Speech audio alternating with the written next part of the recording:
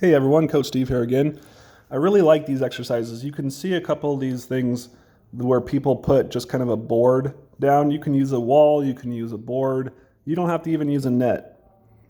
And what we're going to do is you want to angle it so that way the ball can snap back to you. So this is a really, really good way of doing all three contact touches, pass, set, and jump and hit, and getting those balls all back to you. So there's different variations you can use with this. This person kind of used a low net. You can use a string. You can use anything to kind of create a net-like scenario. Or you don't even have to jump. You don't even have to jump, or you don't have to have a net. But I really like this, just this plank of wood. If you can find, a table. We use sometimes the boxes. I use sometimes the boxes like the jump boxes. You just kind of turn on an angle. And that way the ball kind of jumps back up at you. So as you can see, they set yourself. So I'm really working on the three contacts. One, platform out, nice base out in front of you, really away from your body. Great platform here. Nice high bump.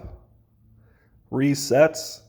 It's high enough that she can reset and get the ball up.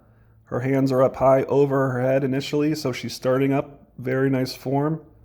Gives herself a nice high ball where she can really get a lift up. Everything isn't too rushed. If you noticed, the first pass is nice and high, so she has time to set. Next pass, really up there to set, so she has time to gather, make a nice jump, and she's contacting it up in front.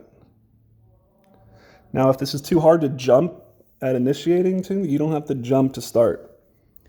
But I really like this kind of plank wood so it can bounce off. You can even mark it with an X like she did. Bounce it off, it comes right back to you. It's really working on your touch, your control, your hand contact, everything. So again, nice hand contact.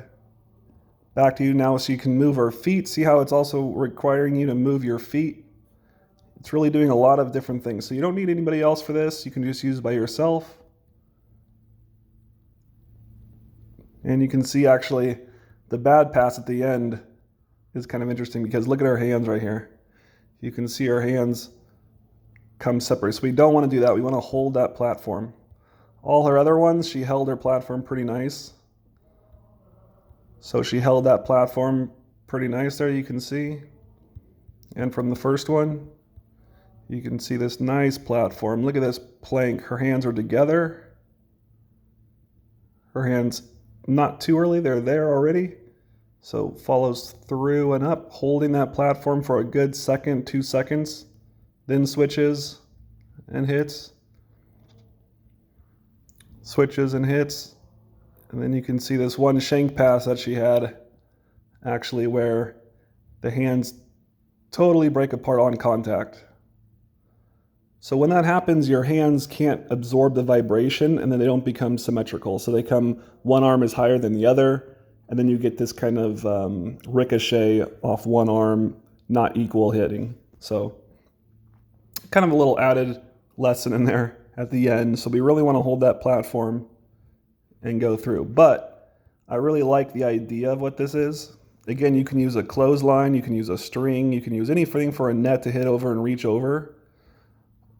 And also this plank of wood, you can use any kind of wood, just kind of get some kind of find something, doesn't have to be wood, it could be plastic, something that can absorb this kind of hit, but gives this kind of reflex back. So you can see this can get tiring too.